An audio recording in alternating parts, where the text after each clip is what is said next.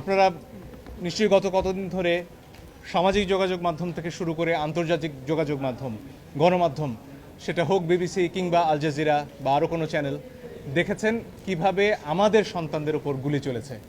আল জাজিরার একটা ছবি, সেনাবাহিনীর সদস্যরা অটোমেটিক রাইফেল নিয়ে শুয়ে পড়লেন লাইন দিয়ে, তাদের 20 গজ দূরে নিরস্ত্র সাধারণ মানুষ, আমরা, আমার দেশের জনগণ, তাদের দিকে সেমের অটোমেটিক রাইফেল থেকে গুলি চলল। এর দৃশ্য দেখার পরে আসলে বাসায় বসে থাকার কারো কোনো সুযোগ নেই। আমাদের যার যার অবস্থান থেকে প্রতিবাদ করতে হবে এবং একজন আইনজীবী হিসেবে সেই কাজটি করার জন্য আজকে আমরা আদালতে এসেছি। আমরা আদালতে বলেছি নিরস্ত্র প্রতিবাদকারীদের উপরে গুলি চলতে পারে না, যেটিকে ইংরেজিতে লাইভ রাউন্ড বলা হয়, সেটি করার কোনো সুযোগ নেই। আর অনেক ভিডিও আপনারা দেখেছেন, একটি কিশোর 4 তলা একটা নির্মাণাধীন ভবন থেকে সে ঝুলে রয়েছে, তার কিচ্ছু করার উপায় নেই, ওই অবস্থায় তার ওপর গুলি চলেছে অনেকবার। আপনারা দেখেছেন রিয়া গোপ তার বাবার কোলে গুলিবিদ্ধ হয়েছে, আরেক শিশু সে তার চোখ দিয়ে গুলি ঢুকেছে, মাথার পেছন দিক দিয়ে বেরিয়ে গেছে। জিজ্ঞেস করুন সে কোথায় ছিল, তার বাসায় ঘরের ভেতর জানালা দিয়ে বাইরে তাকিয়েছিল, এই তার অপরাধ। এই জন্য আমরা স্পষ্টভাবে বলেছি যারা আন্দোলনকারী তাদের উপরে লাইভ রাউন্ড অর্থাৎ গুলি ছোড়া চলবে না। আপনারা প্রয়োজনে টিয়ার শেল ছুড়ুন, লাঠিচার্জ করুন, রাবার বুলেটও ছুড়ুন, তাতেও বহু মানুষ অন্ধ হয়েছে হয়তো, সে খবর আপনারা দেখেছেন, এত কাছ থেকে রাবার বুলেট ছোড়া হয়েছে।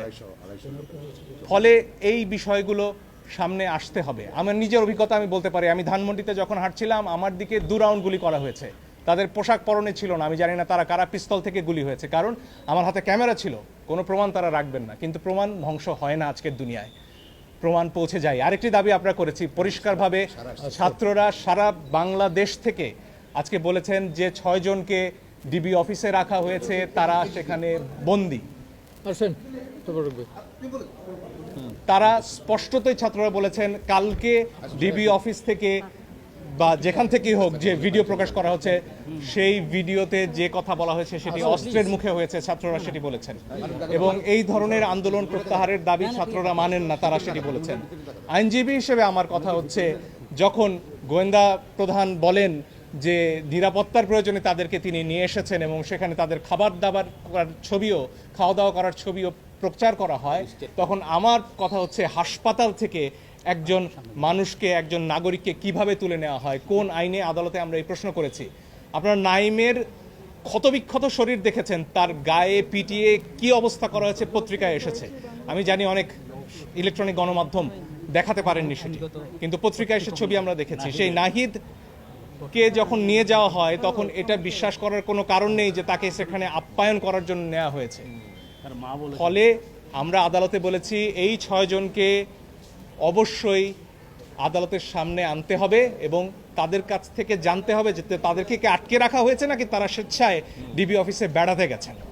এই প্রশ্নের উত্তর আমরা সবাই চাই। ফলে এই দুটি প্রশ্ন আমরা আদালতের সামনে রেখেছি।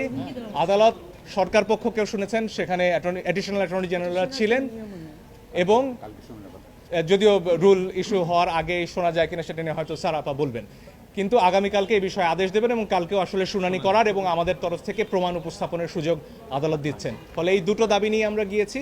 এই 6 জনকে আদালতে উপস্থাপন করে তাদের কাছ থেকে জানতে হবে যে তারা স্বেচ্ছায় সেখানে আছেন কিনা এবং নিরপরাধ, নিরস্ত্র যারা বিক্ষোভকারী হন, আন্দোলনকারী হোক, তাদের উপরে লাইভ রাউন্ড গুলি ছোড়া যাবে না, অ্যাসল্ট রাইফেল দিয়ে ট্রিগার চেপে বসে থাকা যাবে না, এইটুকুই আমাদের দাবি।